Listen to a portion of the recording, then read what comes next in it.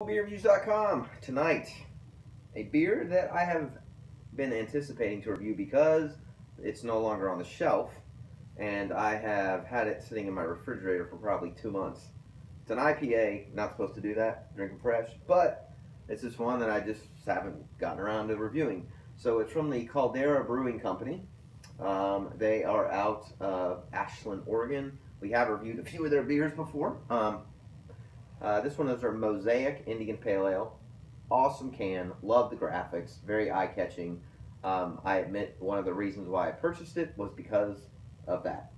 So marketing goes a long way, and I'm a sucker for it. But obviously the Caldera, I don't know what you call that, a kettle pot. And of course they've got the kind of the hops, growing and dripping there. The other cool part about again, these cans are awesome. It says go biking, go fishing, go skiing, go boarding, go rafting, go mosaics. So they always put some cool, I know you can't see it, but with these cool little like words at the top. So this particular beer is 100% mosaic hops. Again, based off of out of the West Coast. It says they've been micro canning since 2005. They talk a lot about on their website the benefits of canning and being recyclable, and that's shipping. I 100% agree. I just reviewed Stone 7-14-17 in a can. And when that beer first came out, they came in big, huge bomber bottles, probably weighed about 40 pounds per case, and now they weigh like probably 50% less. Anyway, 6.5% ABVs on this beer. The IBUs they have listed at 100 plus. Now, if you've watched some other beer reviews, right around the 80 to 90 mark, your palate can't detect anything above that. So must be pretty hoppy, but again, they're only using mosaic hops on this one. It's a single hop beer. They call it a tropical style IPA. Again, brewed with only mosaic hops. I've said it 3 times now, with mango, passion fruit, and guava. And then the 2 malts they use are pretty common. It's 2 row and Munich malts, and that's about it. So I think I paid like $11 or $12 for the 6-pack. I really don't remember. But again, this was at least 2 months ago, and it's nowhere to be found, at least on the East Coast where I live. And I admit I have had it before, and I have no clue what it tastes like. So looking on the bottom of the can, it does say good until October 12th. So I'm assuming they put a 6-month window on this beer, roughly, something like that. So anyway, in the glass, as you can see, it's rather cloudy and rather caramely. So it's got a brown hue to it, maybe a little bit of orange at the bottom and on the edges, but this is a very dark IPA in terms of its appearance. There's nothing residual floating around, a little bit of carbonation, a thin, slightly colored head on it. So this is interesting.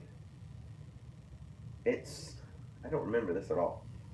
You can kind of smell hops, kind of. The aroma is almost non-existent. There's a little like breadiness, maybe a little bit of caramel sweetness, maybe, and a little bit of hops, and maybe some lemon. I mean, the aroma's what I'd call about out. It's pretty bad off. But anyway, let's get into the glass, see what we got here. Cheers.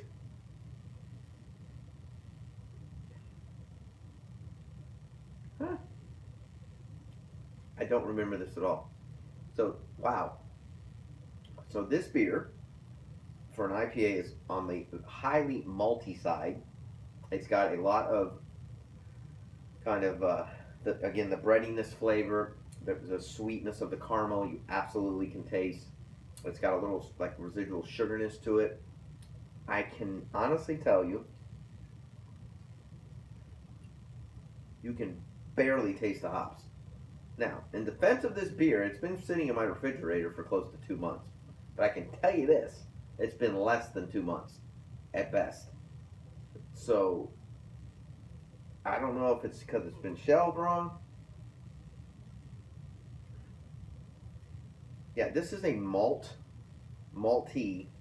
IPA. You can taste the hops in the finish. They're very, very dull.